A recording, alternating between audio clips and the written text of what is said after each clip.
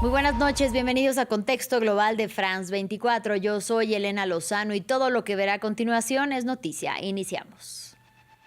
A 5 días del inicio de los ataques contra Irán, Donald Trump se jacta de que Estados Unidos está en una posición muy fuerte respecto a la República Islámica y que su ofensiva militar ha tenido un progreso tremendo, por lo que la calificó con un puntaje de 15 del 1 al 10. Quinto día de ataques consecutivos entre Israel y Estados Unidos e Irán. La Unión Americana hundió una fragata iraní en la costa de Sri Lanka y mató a 87 personas. La República Islámica lanzó misiles y drones contra Kuwait y el ejército de Israel amplía sus operaciones terrestres en Líbano. Victoria para Donald Trump en el Congreso de su país. Por una estrecha mayoría, el Senado de Estados Unidos bloqueó una resolución que pretendía detener los ataques a Irán. La propuesta también pretendía que el Congreso tuviera que aprobar cualquier hostilidad contra el país persa antes de lanzar las bombas.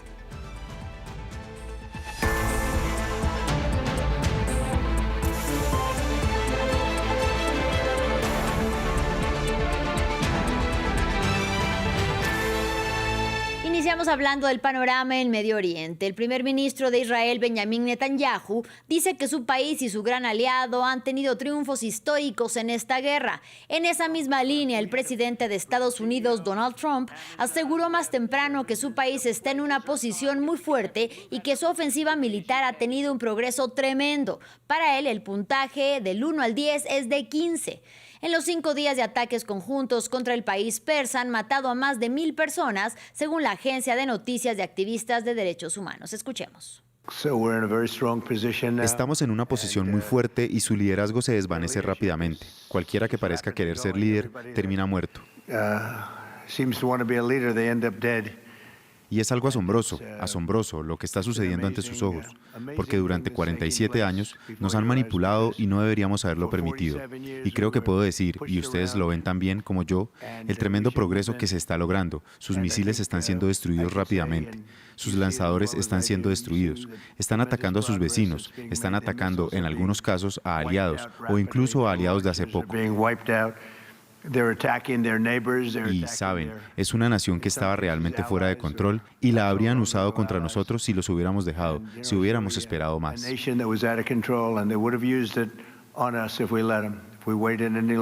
Y el Senado estadounidense, dominado por los republicanos, rechazó un proyecto de ley que buscaba detener la intervención contra Irán. En una muestra temprana de apoyo a la campaña militar de Trump, la resolución, que fracasó por 47 votos a favor y 53 en contra, exigía la aprobación del Congreso antes de cualquier nuevo ataque. Un proyecto de ley similar en la Cámara de Representantes también se enfrenta a un probable fracaso ante la mayoría republicana cuando los legisladores lo voten el jueves por la mañana. Cuando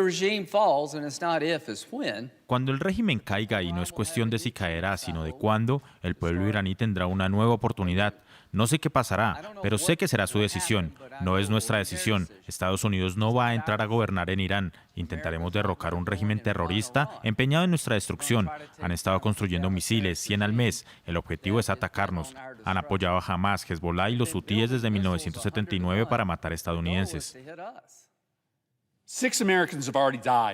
6 estadounidenses ya han muerto por una guerra ilegal que nadie en este país quiere. Entre 900 y 1,000 personas en la región han muerto. Las embajadas estadounidenses en toda la región están siendo atacadas. Miles de musulmanes chiitas en Pakistán protestan ahora mismo contra una insurgencia chiita que se está gestando contra Estados Unidos.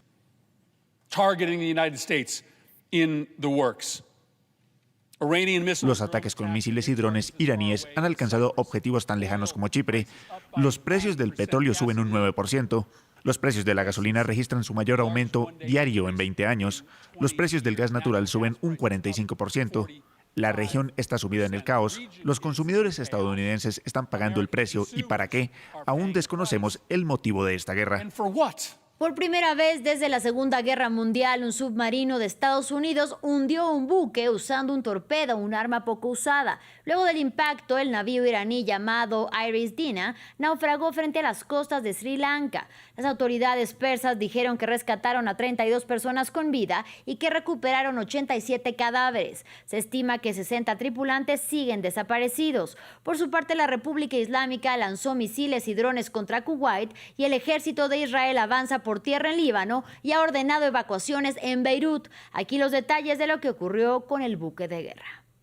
La imagen fue difundida por el Pentágono a modo de mensaje. Un torpedo impacta en un buque de guerra. En la proa del barco se pueden ver siluetas que intentan ponerse a salvo. El Departamento de Defensa de Estados Unidos confirmó haber atacado un barco iraní frente a las costas de Sri Lanka, la primera vez que se lleva a cabo una maniobra militar de tal calibre desde la Segunda Guerra Mundial. Ayer, en el Océano Índico, un submarino estadounidense hundió un buque de guerra iraní que se creía a salvo en aguas internacionales, fundido por un torpedo, una muerte silenciosa, el primer buque enemigo hundido por un torpedo desde la Segunda Guerra Mundial. La Guardia Costera de Sri Lanka recibió una llamada de socorro poco después de las 5 de la mañana, y al llegar al lugar encontraron a marineros en peligro, porque el barco ya se había hundido. Durante una operación de búsqueda y rescate salvamos a un grupo de personas en el mar. Tras hablar con ellos, quedó claro que procedían de un barco iraní y necesitaban atención médica urgente. La llamada de socorro procedía del Iris Dena, una fragata ligera de la Marina iraní, puesta en servicio en 2015. El barco había sido filmado en 2023 en el puerto de Río de Janeiro y recientemente había participado en un ejercicio militar en la India. Las autoridades de Sri Lanka también recuperaron los cadáveres de algunos marineros iraníes, mientras parte de la tripulación sigue desaparecida.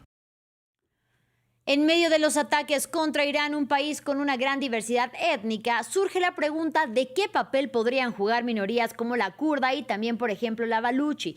Precisamente estos días surgió la información de que Washington estaría preparando un plan para armar a facciones kurdas iraníes para que lanzaran una ofensiva desde Irak. Así lo reportaron varios medios estadounidenses como Axios o CNN, algo que desmintieron los medios iraníes. Para hablar sobre el tema, saludo con mucho gusto a Manuel Ferez, quien es doctor en Sociología por la Universidad Alberto Hurtado de Chile, dedicado al estudio en minorías de Medio Oriente y Cáucaso. Bienvenido, doctor, y gracias por la comunicación.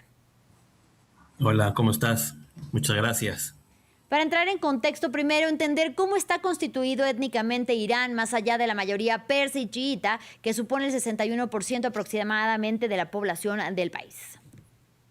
Bueno, como dices muy bien, estamos ante un país de alrededor de 92 millones de personas, de las cuales un 60% son, como dices tú, persas chiíes, pero si vemos cualquier mapa en internet va a ser muy claro lo que voy a decir. El 40% se rompe en diferentes minorías que principalmente residen en la periferia. Tenemos, como tú muy bien decías, a los kurdos, baluches, pero también tenemos en el norte, tenemos a los azerbaiyanos o azeríes. Tenemos en el suroeste tenemos a los awas, que son árabes.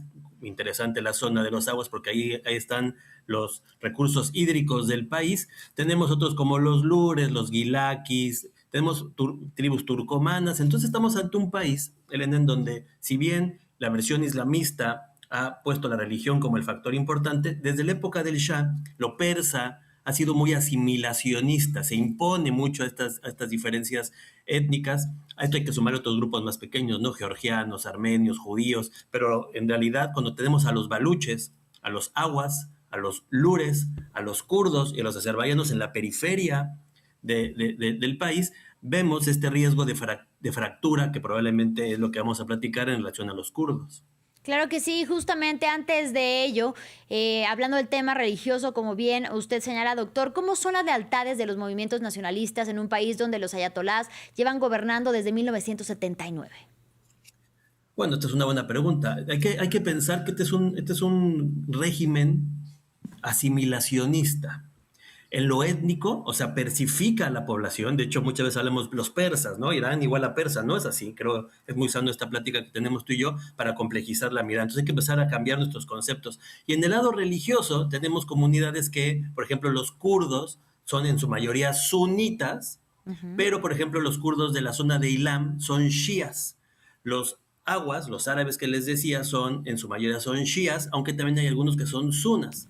Y las tribus turcomanas en su mayoría son sunas, aunque también hay chiíes. Ahora, lo que es interesante es la pregunta que tú haces, es cómo se desarrollan los nacionalismos. Los nacionalismos no persas de Irán parten del resentimiento de la centralización de Teherán. Me quitan mis recursos, me asimilan, me impiden mis derechos de autodeterminación, sobre todo en el caso kurdo y en el caso de los baluches, que en mi opinión son los dos movimientos nacionalistas más potentes al interior de Irán.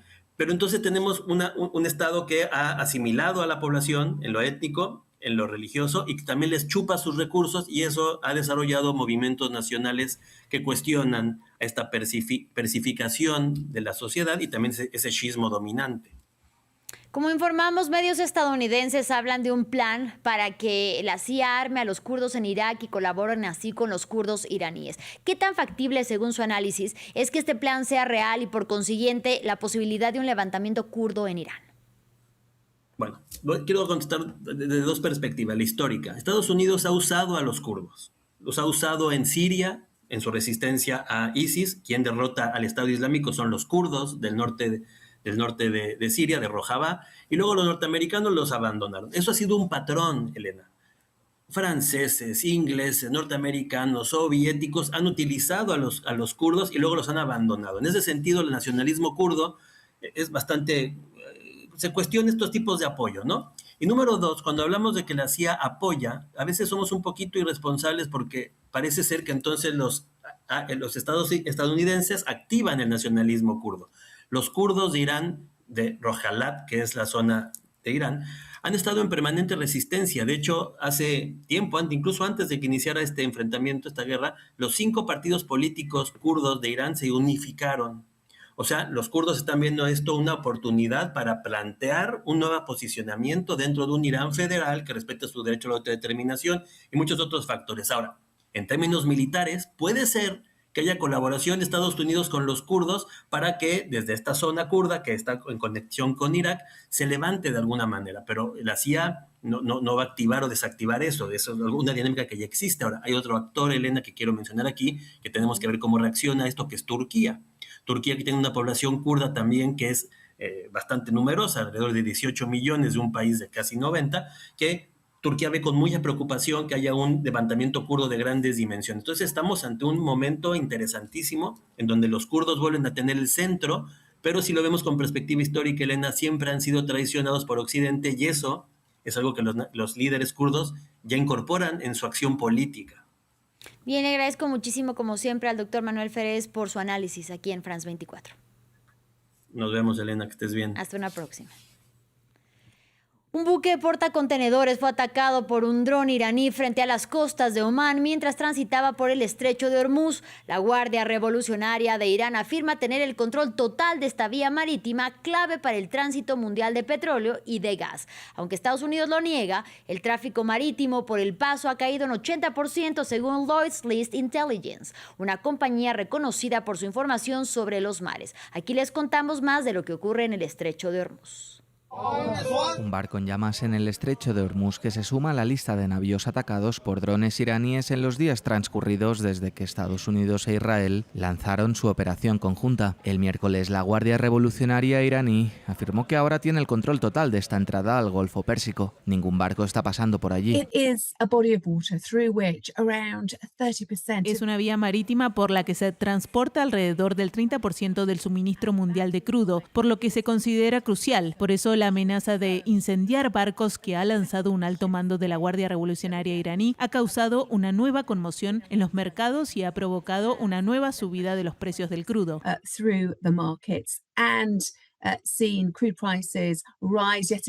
Un bloqueo prolongado del estrecho también provocaría retrasos en las importaciones de materias primas y bienes de consumo, lo que tendría un impacto negativo en la economía mundial. En un intento por evitar tal escenario, Francia está tratando de organizar una respuesta. Lo que ha anunciado el presidente Macron es que propondremos a varios socios que formen una coalición para garantizar la seguridad de la navegación en esta región del mundo, que es un centro clave del comercio internacional.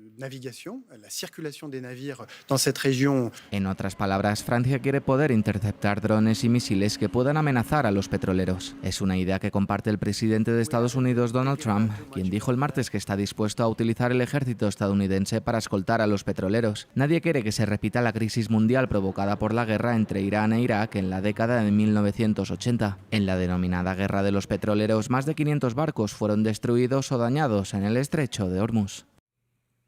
Así llegamos al final de este espacio informativo, pero si quieren saber más, mucho más, quédense aquí con nosotros en France 24. Gracias por su compañía y hasta la próxima.